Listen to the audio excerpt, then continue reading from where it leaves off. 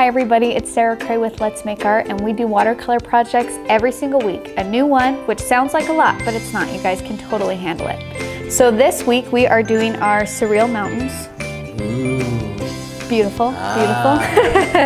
They're super fun. It's kind of a whimsical landscape, so you really have this freedom to kind of make your world however you want.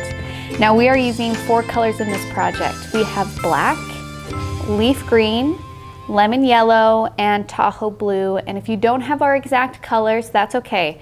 Those colors you can only get on our website, letsmakeart.com, but if you're using your own supplies, you pretty much just need a black, blue, yellow, and green. Just those 4. We are using a round 6 and a round 2. So we nicknamed them. 6 is a Hank. My husband did. He's doing cameras. That's that voice you hear. His name's Michael. I like him. So we're doing our round 6 is Hank. He's our worker. And our round 2, Keith, he does like our detail. We have 4 steps in this project. So step number 1, we are going to do the sky. Step number 2, we're going to do our mountains, and we're going to work our way back and then come forward. Step number 3, we're going to do our birds. And the very last step are these leaves in the foreground here. Those ones there. Okay, so I drew out a circle on my paper, and I lightly erased it so it wouldn't be super dark. I just used a dish. So you can use whatever composition you want. You can do a triangle, you can leave it square. I like circle compositions, but it's your painting, so you can choose what you want to do with it. And then I kind of lightly drew in where I want my mountains to go. And that way I knew how long how far down my sky should go. And now I'm ready to do step 1, my sky. You ready? I think so, yes. Okay, so I'm going to use my round 6 because I'm going to fill in a larger area faster, and so I want to use larger brushes for that. Now the sky in general is pretty quick, so when I do it I'm going to have to work fast.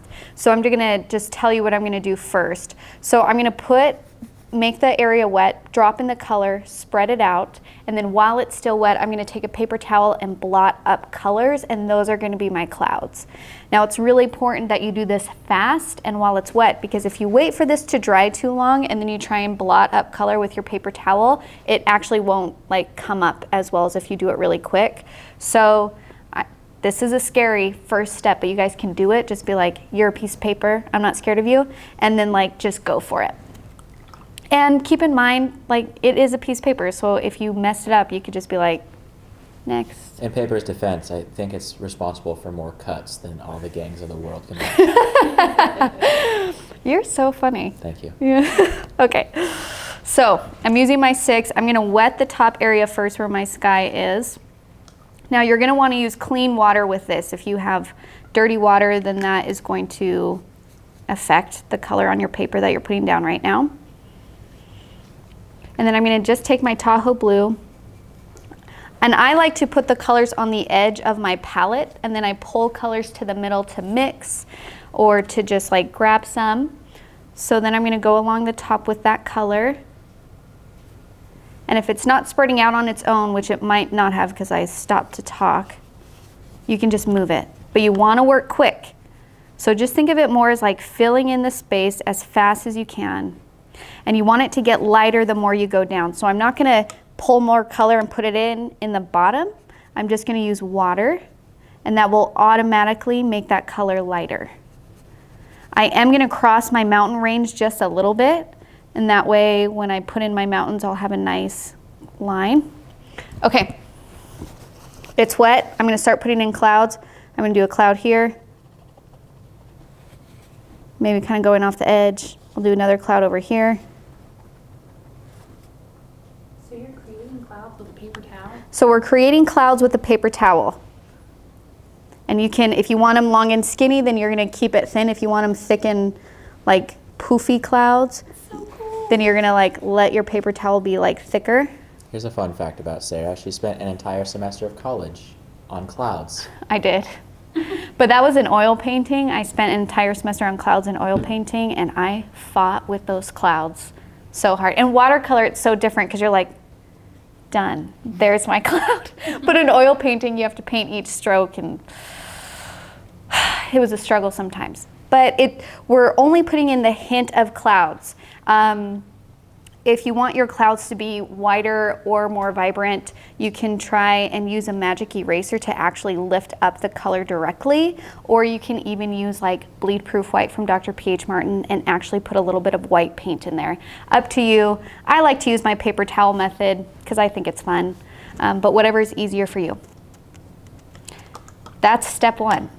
Done. You're quarter done with this painting and you are doing amazing. I know it. You're doing amazing. You know what? You're doing amazing. Thank you. I really appreciate you. Thanks. Okay, so we're gonna move on to do our mountains.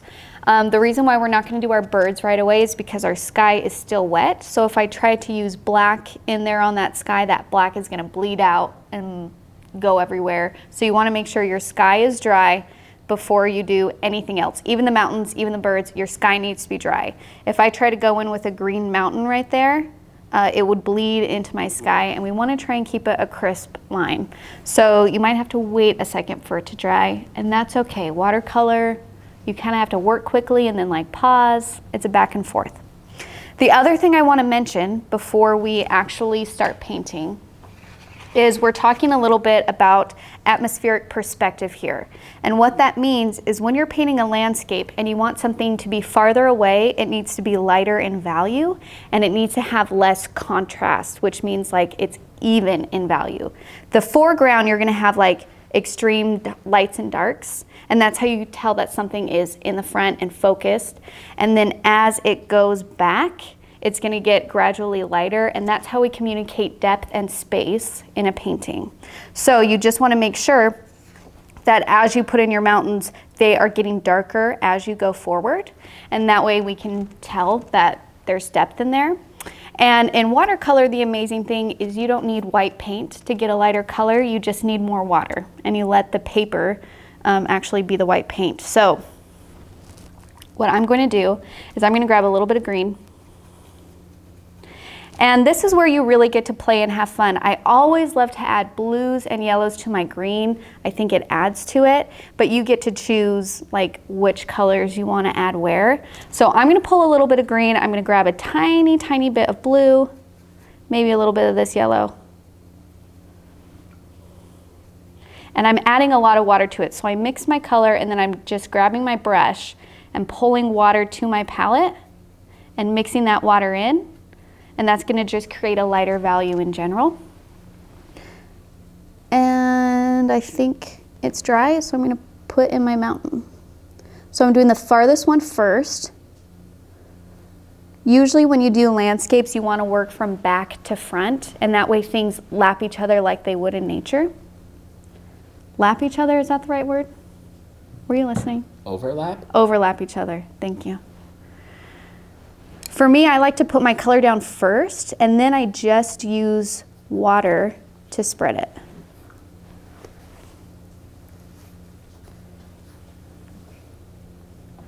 Now remember, this is supposed to be super, super light.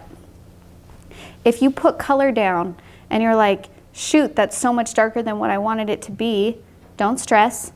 Wet the area, and then take your paper towel and soak up the extra color, and that will automatically lighten the color. The point of watercolor is just not stress out.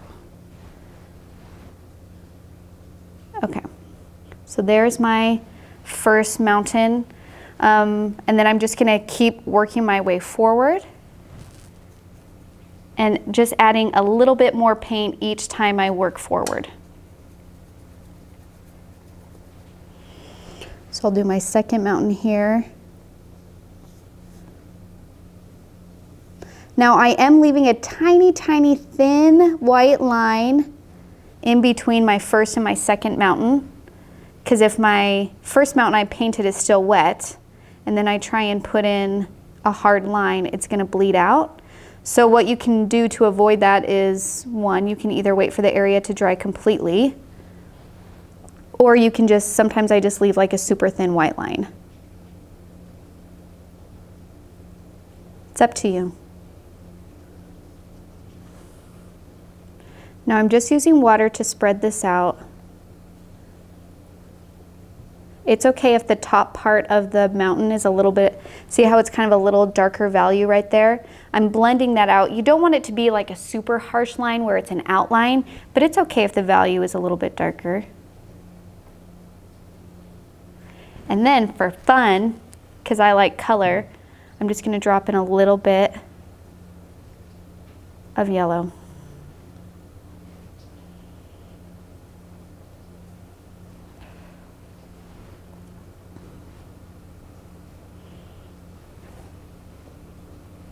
Okay, sorry, I'm rinsing my brush.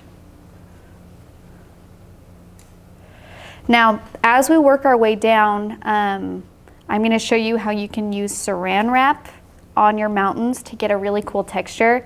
I'm going to do that with probably the closer mountains. So these like first 3 or 4 are just going to be a little bit more standard, and then the 2 in the foreground, I'll show you how to do that texture. So I'm going to keep adding color on. I'm going to do my next mountain. I'm going to pull in some more blue. And my second mountain that I put in is still wet, so I'll just leave like the tiniest little space in between so they don't bleed into each other. If they do bleed into each other, don't get mad at yourself. It totally happens. It happens to me all of the time. What I do when that happens, I'll show you. I'll purposely make this bleed into it. It'll be fine. So I put in my mountain line, and let's say that this part is still wet and it bleeds. See how it's bleeding right there? There's 2 things I could do. One, I could just leave it, and when it dries, when it's totally dry, I'll go back in and just kind of sharpen up that edge and move my mountain to be taller. Or while it's still wet, I just soak up that extra paint, then wait for it to dry and re-put in that line. So there are fixes. Don't stress out if that happens. It's part of watercolor, and that's okay. It's just watercolor and the color wanting to do its thing. And sometimes you just gotta let it, or sometimes you gotta like help it not do that. Okay, so I'm putting in my color. Now I'm using water to spread it out.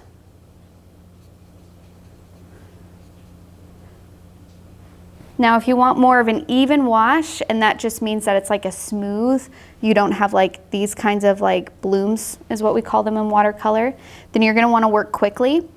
Now for me, I really like blooms, and I was purposely wanting to get some super interesting textures on my mountain. So I'm just dropping in color and blending it out and not really worrying about if I'm getting some funky lines in there. I also love to just drop in straight yellows.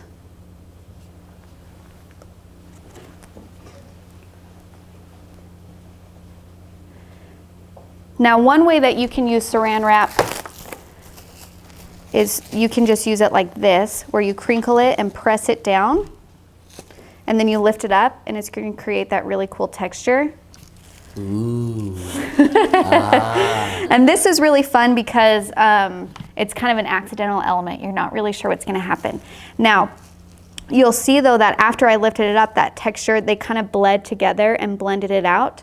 So I'm okay with that happening on this mountain. Now when we do these front mountains, I will actually leave my saran wrap on there while it dries, and then that way those texture lines will stay hard until it dries, and I'll get those really extreme lines.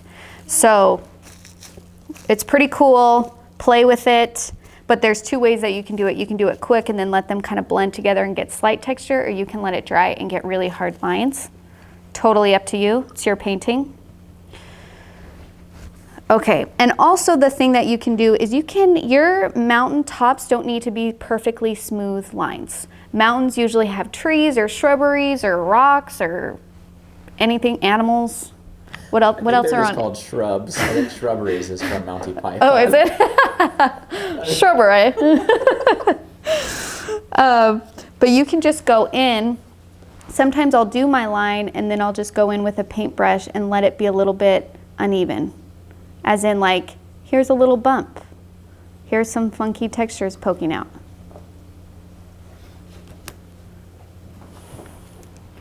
And I'm going to drop in a little bit of blue because I just really like bluish green colors.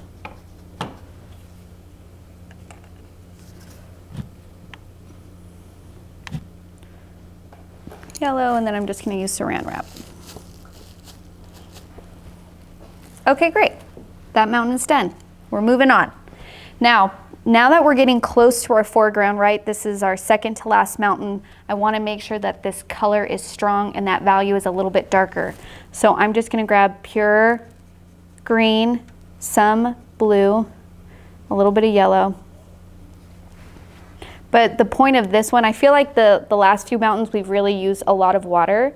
We'll still use water, but not as much as what we were using, and that is how we're gonna get a darker value. Hold on, I have erase lines on my paper. Okay.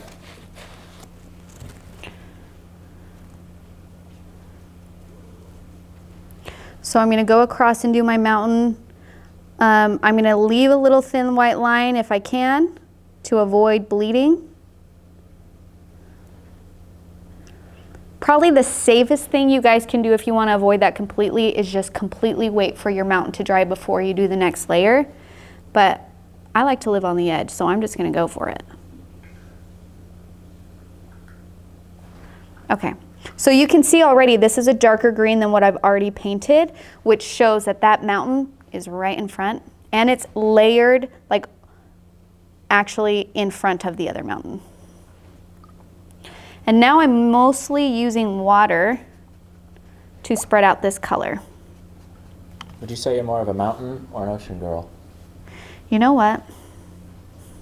Is it a thing to be neither? Is that a thing? Because here's the thing. I love both of them, but I'm not a huge fan of hiking. I also can't swim. So the ocean is terrifying to me. But I think both are gorgeous and I love like being around them. Does that count? Counts enough. Can I be both that way? Both and neither? Yes. Both and neither at the same time? That sounds about right. Listen, my friends try to teach me how to swim. Your friends, you mean me? Yes, well, actually, honey, did I tell you that at the gym, they try to there were 4 of my friends and they were outside of the pool and I was inside of the pool. And they're just showing me how I should swim. It was a really insecure moment for me, but I really appreciate their help. And I learned some strokes. I'm not good at them. Okay, so I got some cool texture there. I'm taking my Saran wrap. I'm just crinkling it, getting some textures. I think I'll just let it dry on this last one. So you're really having fun with this, guys. You're just putting color in, you're putting Saran wrap in, you're dropping in water, and you're really embracing the different textures and colors that you're getting. Okay, so very last one, this is gonna be our darkest mountain. So this is where you're gonna use more of the paint. And if it's still not totally, if you want it to be darker, you can add a little bit of black to your mountain. So if I want to grab just a tiny, tiny bit, feel free to. You don't want to grab too much, because if you grab too much, then that is going to translate to gray a little bit in terms of color. And we don't want your very first mountain to be like gray. So you can use a little bit of black, but don't go crazy. So here's our foreground mountain.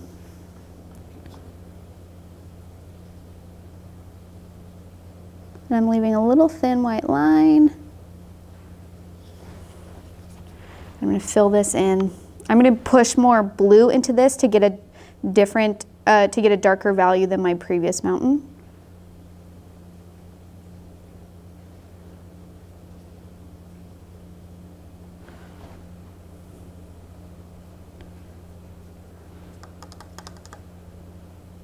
I put too much black in there. It's still too much. That cup is a great color. Well, not anymore. This one? Oh, that one was? Yeah.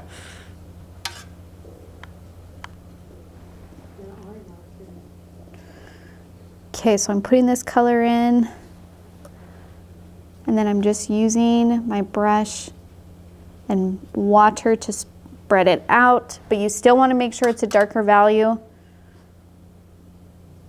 And when I mean value of something, it's not about the color, it's about the lightness or the darkness of a color. So if this painting was in full black and white and we didn't have color, then this mountain should be super dark gray, and then it would gradually turn to a light gray as we get back. Does that make sense? Okay.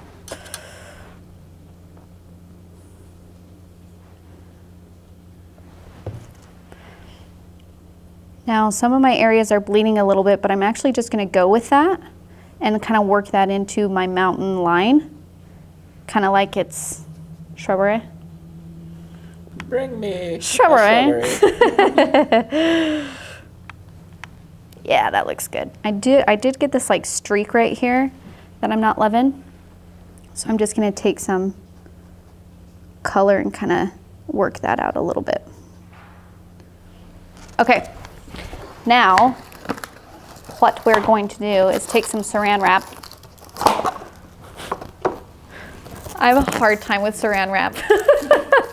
Michael knows this and he's just watching me.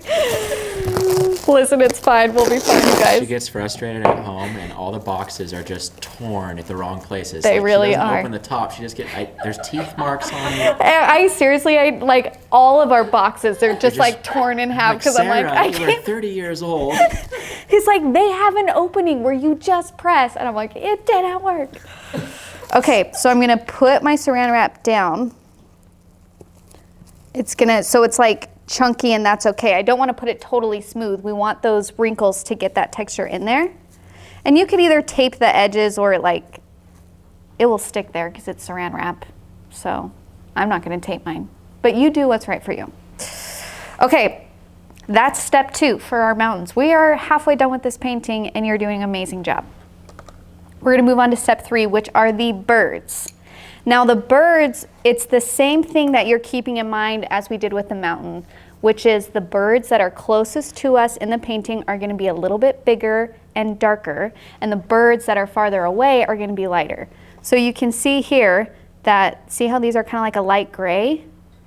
To the viewer, that communicates that they're farther away in the space, and that's what we want. So when you're doing these birds, let some of them be black and let some of them be gray or light gray. And that way we can communicate there's birds here and then there's also birds above those mountains back there. I'm gonna use my round 2 for this because they're gonna be tiny little things. Now, when you guys do birds, this is what you're gonna wanna do.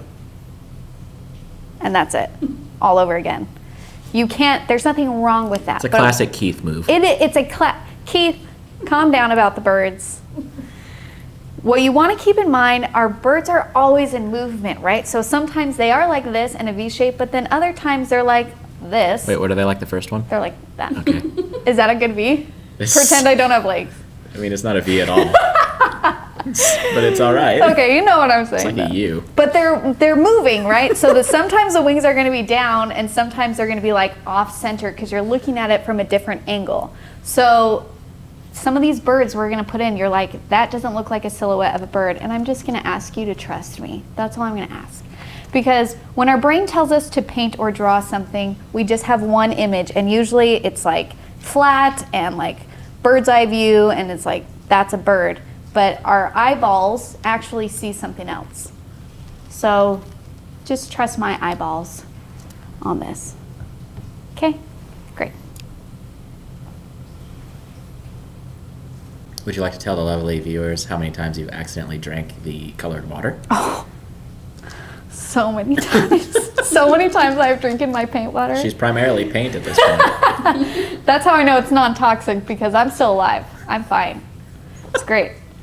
Also, I might have like accidentally, okay, one time I made these really delicious cookies and I had this ice cold glass of milk and I really quick dropped my brush in the milk.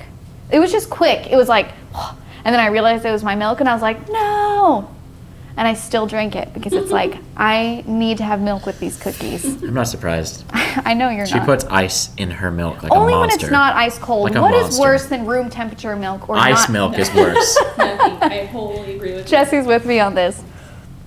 And you drink the milk quick enough that the ice doesn't melt. In monster land. Come on, people. It's fine. Okay, now I have my black. Now, I still want to have sharp edges on this, so I'm making sure my sky is dry. And I'm gonna pick up some paint, and then I kind of swish my brush back and forth on my palette, and that's gonna help my paintbrush go to a point. Because even though we're using a small brush, sometimes if we have more water or paint on our brush than necessary, it's gonna make a thicker line than what we want. So I always pick up color, and if I want a nice tight line, I swish it back and forth. Now I'm gonna put in some birds. So I'm gonna do one up here. So I'm gonna do a little wing. It's kind of a little triangle. And then the body, which is kind of rounded, and then the other part of the wing, which is like just a hint that you're gonna see. So I know that you're looking at this and you're like, I don't believe you that this is a bird. But when you do a few of them together, you're gonna understand it's birds. So I have that one. This one I'll do more of a V shape. And then they're gonna get a little bit smaller. There's one. I don't know if you've noticed lately, but all the geese are migrating back north, which means spring is coming. That's good news because I'm so tired of cold winter. Okay, now the ones I'm going to do on the right side are a little bit smaller. So when you're doing these bird shapes, let me get a scrap paper. When you're doing these bird shapes, you can even take a scrap paper and just play with it. Don't do this over and over again. You're gonna be like, you know what? This bird I only see from the side, so I'm only actually gonna see kind of a wing. That kind of looks like a shark's fin. A bird looks like that sometimes in the silhouette. Maybe you see part of a wing and you see the other wing a little bit and the body. Maybe the wing is flat. So that one would be more of a V. Would you say to just wing it? Yes, I would, and I love you so much for saying that joke. You're so great.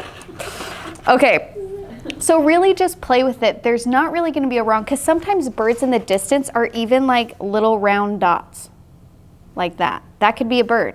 Like, I really want you to pay attention to birds as they're flying away silhouette and notice all the different shapes that you see, because it's not always that little V. I'm gonna do another one down here. Now, when I do these ones over here, they're gonna be small. And then I'm actually gonna add a little bit of water and do a couple ones that are kind of more of a lighter gray. So then it looks like they're farther away. So I'm gonna do like just a little guy here. There, maybe another one over here. And remember, this is your painting. You can do as many or as little birds as you want. This is your thing. Okay. I'm gonna take off my saran wrap now. We're gonna see what it did. Ooh, that's cool. Okay. So can you guys see those lines there? That's pretty cool. It's gonna look different every single time. Mine looks like it's dry. I think if I were to do this again, I would probably just work quicker putting the saran wrap on so I can have more of a value change. But I'm pretty happy with that. Now you did see that by putting on the saran wrap, it kind of pushed my outline a little bit. Don't worry if that happened to you. Just move your line down. So you can kind of go here and just kind of put that line back in.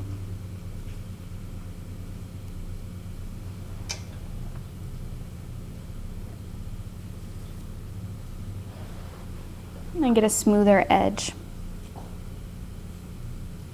Okay, now the very last thing we're gonna put in is our leaves. We're on the final step, you guys. You're doing awesome. We have these leaves here. Now I called this one Surreal Mountains.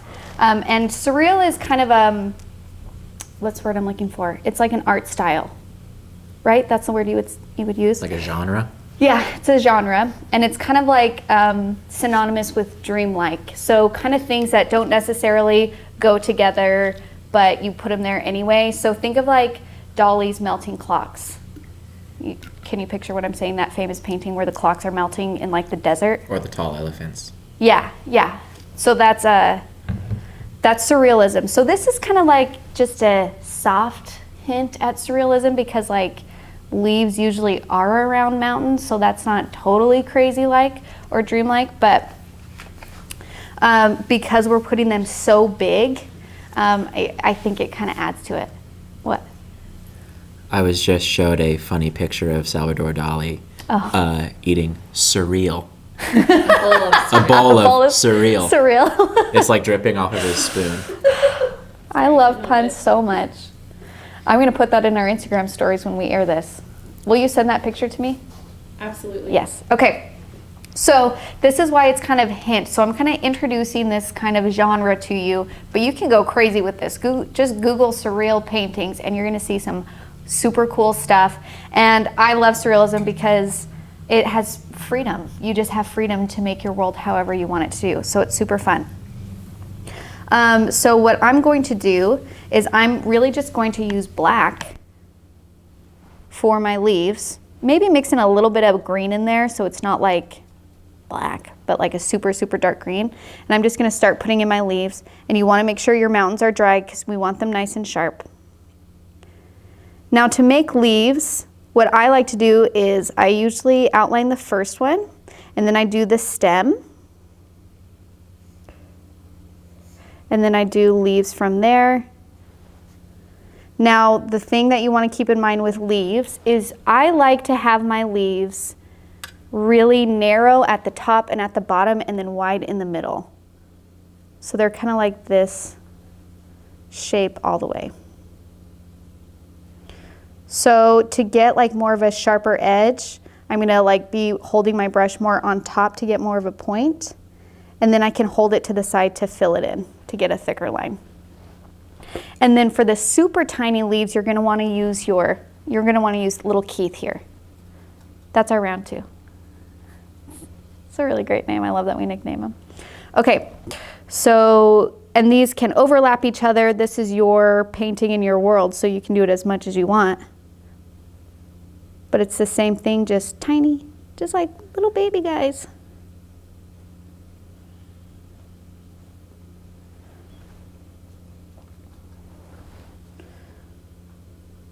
If you want to use your round 2 for this entire leaf part, feel free to. If you don't feel comfortable using your round 6, that's okay. Just do whatever feels right to you.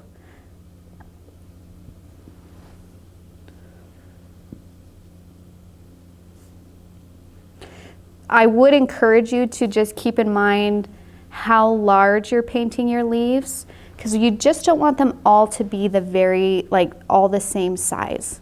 And that's what we tend to do. When we're not used to painting or drawing, we want to make things like all the same.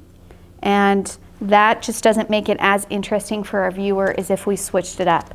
So I have some medium-sized leaves. I have some tiny ones. I'm going to do a bigger leaf right here. And I think just having variation in size, that is automatically going to make it more interesting to the viewer's eye of what's going on. But again, this is your painting, so you can do whatever you want. I'm going to do another little guy kind of poking in here.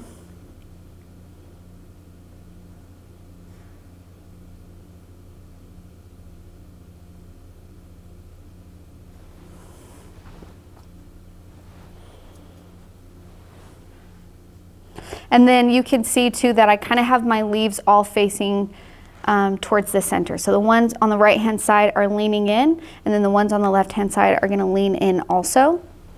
You can switch that up.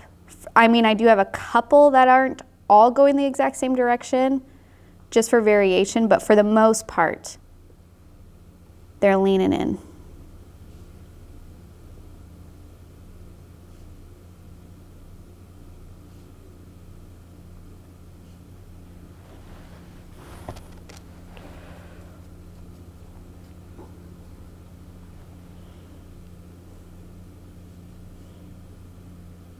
If your black isn't as dark as you want it to be, sometimes when it's wet and you like keep on doing layers, it will just kind of blend out. So what I would suggest if your black is not as dark as you want is you let it dry and then do another layer on top with the black, and that should darken it up.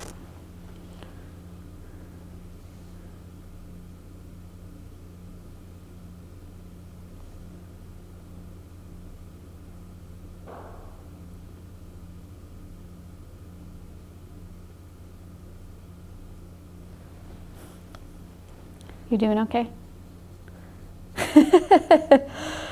The details part are always where I'm like the quietest because I'm like focusing on these little lines.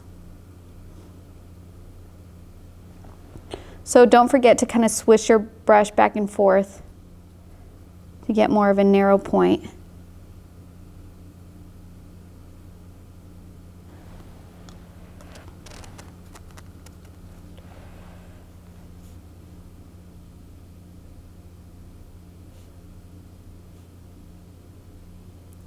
And you might be asking, well, how many leaves do I put in and how do I know when it's done? And those are questions that are totally understandable. What I usually like to do is while I'm doing this last part is I'll put some leaves in and then I'll put it away from me. It's always a good idea to step back from your painting while you're painting it because then you can actually see it. And then if I were to put this farther away from me, then it would be more obvious if there was an area where that was super bare, that it was kind of like sticking out how bare it was without leaves. So what I would suggest is just take a step back from it for a second and look and see like where there is a place that you can put more leaves. Or maybe you step it back from you and you're like, you know what, actually that feels really good. I like the leaves I put in, I don't need to add any more. Just kind of trust yourself. I'll probably cut this out, but if you want it to have less leaves, you can let Sarah house sit it for a little bit. And they will all just fall right off. That is 100% true. I cannot keep plants alive. That's why I paint them. We have gorgeous plants at our house, but those are 100% because my husband is great at nurturing things, and I'm not. Okay, so this is looking good. I think the only thing that's missing for me now that I'm kind of looking at it is I want like a super thin one coming in this way. I have them over here really good. I have one here, but I feel like there needs to be one kind of over here. So I'm going to just add a little guy.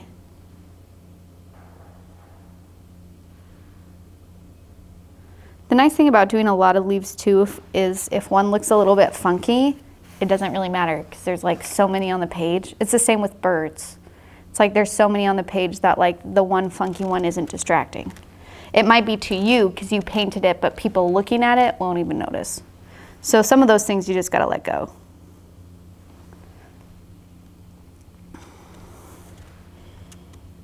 Okay, I'm looking. I feel good. I feel good. It's done. Okay. That's it, you guys. That's it for our Surreal Mountains. They are super fun and really have fun with this project. Make it your own. Switch up the colors or see what else you can do to make it a little bit more surreal or dreamlike. But I hope you loved it. And if you painted it, share it. I know it's so scary putting your art out there. It's an extremely vulnerable place to be. But understand that people love it. First of all, they love it when people paint. Like, people just love art. They really do. Second of all, when people see other people being courageous and vulnerable, it makes them want to try it also. So be that person, put yourself out there. I know it's scary, but you guys can do hard things. If you're on Instagram, tag us in it. We really want to see it. So you can hashtag it, Let's Make Art. Or if you tag us in it, our Instagram name is Let's Go Make Art. Those are two different names. I'm sorry about that. That's how it is for now. If you are on Facebook, you can share it. Or we have a really amazing Facebook community called Let's Make Art Watercolor. And those people there are mostly all people learning watercolor. We're all on different parts of the journey in that group, but we're all extremely supportive of each other. So if you want to share it, or if you want feedback, or if you just want to go for a place of inspiration, that's a great place to be. And if you need any of these supplies, you can just get them on our website, letsmakeart.com. You can buy this as a kit or sign up for a subscription. I think that's all I need to say. Yeah? Okay, you guys are awesome. Bye.